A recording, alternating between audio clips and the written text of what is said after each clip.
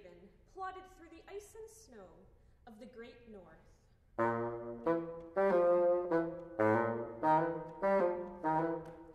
The howling wind warned him of an approaching storm. He wished he could quickly fly to his igloo, but his great wings were crossed upon his back while he carried home a heavy load of frozen seal. Raven, creator of the world, still had to hunt for his food, like all the animals of the north.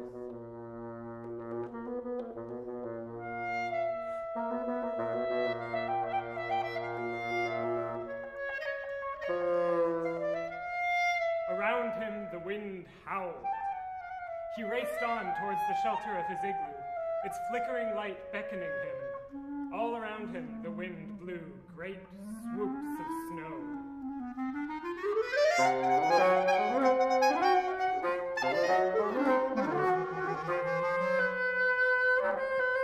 raven was very happy at the thought of finally being able to rest from all the good deeds he was asked to perform as creator of the world. He flew inside his igloo and settled down to his meal of frozen meat. While eating his supper, he looked out the window and saw something moving in the snow. At first, he thought it looked like 5 lost spirits wandering aimlessly. Taking a closer look, he saw they were really little children, lost in the storm. So the raven brought them out of the snow to share the warmth of his igloo. When they were warm and dry, he gave them each a big piece of meat.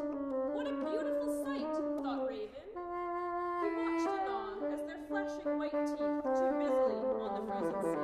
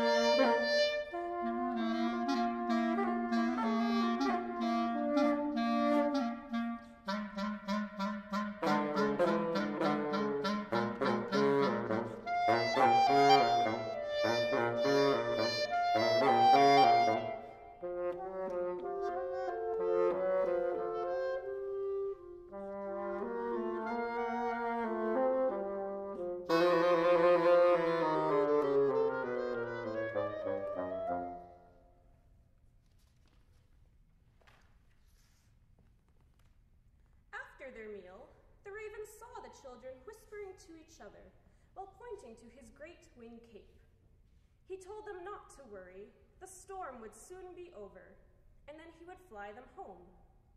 Meanwhile, he said, I will tell you one of the many stories about this silly old raven.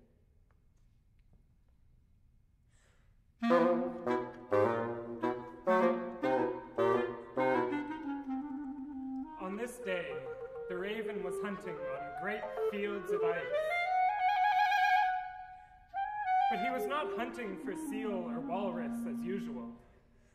No, this day he wanted the lighter, sweeter meat of a small animal. All of a sudden, a weasel raced across his path.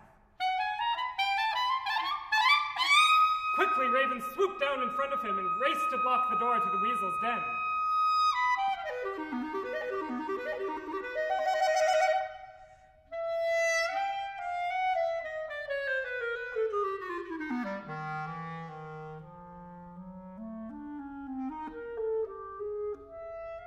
Oh, what a fine meal I have caught, thought the raven. But the weasel was not afraid of this great hunter. Instead, he told the raven that he had heard he was a great dancer. He began to praise the spirit of the dancer in Raven, and he sang as Raven slowly began to dance.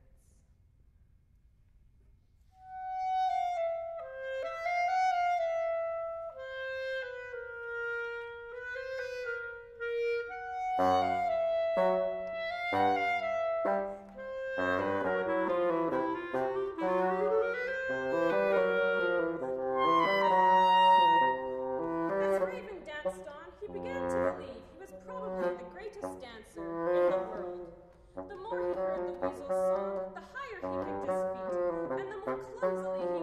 friend.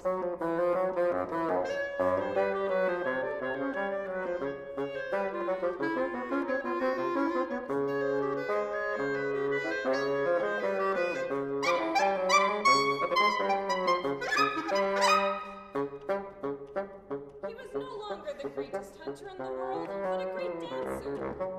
Lost in the fury of his dance, he became a victorious warrior in a lost legend. In a moment of joy, he swept his wing and soared.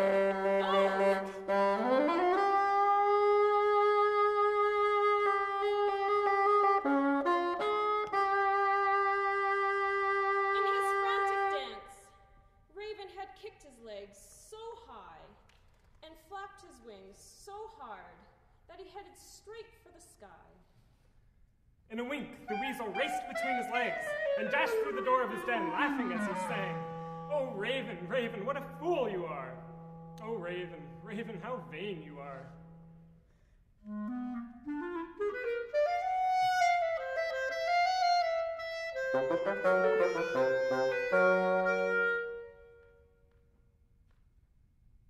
As Raven finished his story, the children's laughter filled the igloo. To make them laugh even harder, he swooped and hopped clumsily to the sound of the beautiful laughter.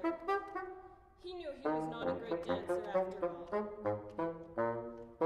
When the children stopped laughing, they wanted to know, who is Raven?